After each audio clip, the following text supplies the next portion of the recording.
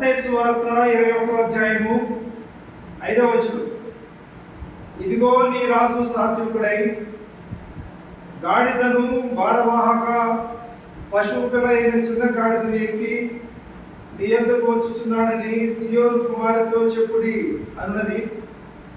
శిష్యులు వెళ్ళి యేసు తమకు ఆజ్ఞాపించిన ప్రకారం చేసి ఆ గాడిదను దాని పిల్లలు తోలుకొని వచ్చి వాటి మీద తమ బట్టలు వేయగా ఆయన బట్టల మీద కూర్చుండెను. 9వ వచనం.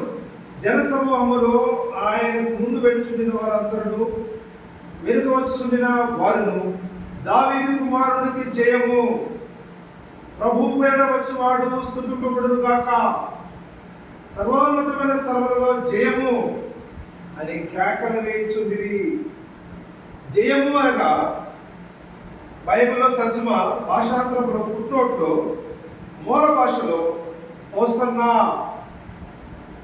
హల్లెలూయా, ఆయన నామము స్తుతింపబడును గాక, స్తోత్రము అన్న మాటలు దేవుని మహిమపరచడానికి వాడబడిన పదాలు.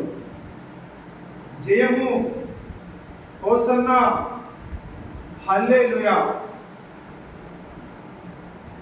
ఇవి దేవుని స్తుతించడానికి మనకున్న తెలుగు భాషా పదాలు.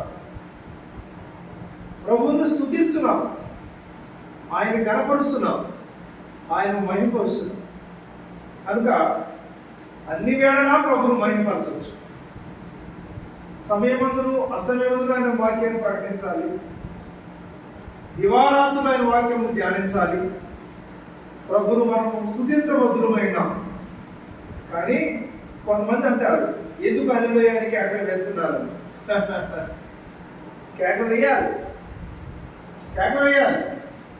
మీరు కేకలు వేయకపోతే ఈ రాళ్ళు కేకలు వేస్తాయని అంటున్నారు. ఏమండి, ఆ లోకరక్షకుడిని, ఆ జగద్రక్షకుడిని మనం స్తుతించకపోతే ఎవరు స్తుతిస్తారు? కనుక మనం స్తుతించాలి. హల్లెలూయా అనడం తప్పు అంటారు.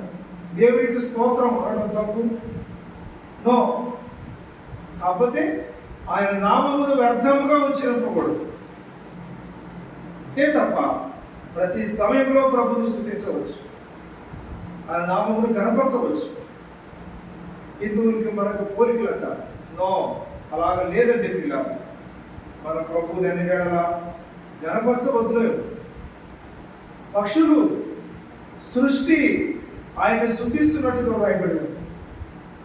సముద్రము ఘోషిస్తుంది.